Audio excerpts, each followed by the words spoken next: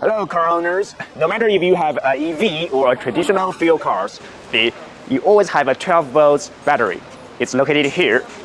We have to check the battery health regularly to check if there is any abnormalities, such as voltage leakage or anything. All right. So now the first step is to turn on the multimeter. First, spin the knob to the 20 volts DC. Then connect the positive test probe with this one. We can also notice the positive mark there. And this is the negative pole. We can read the voltage is 12.6 volts.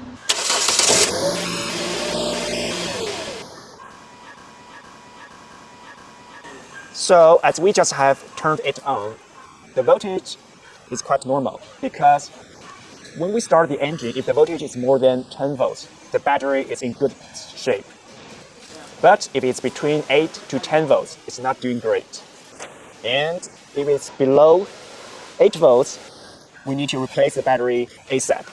Wait. You say you don't want to get your hands dirty?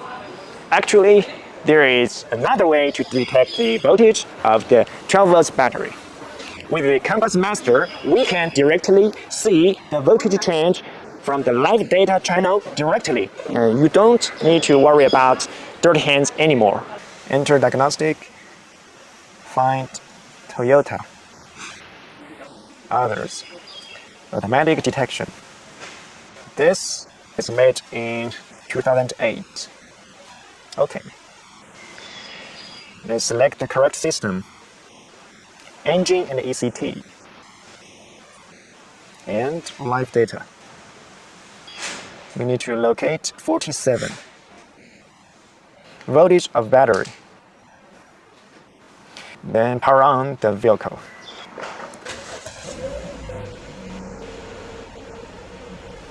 As we can see, it also works with the Compass Master. With this, you don't need to get your hands dirty anymore.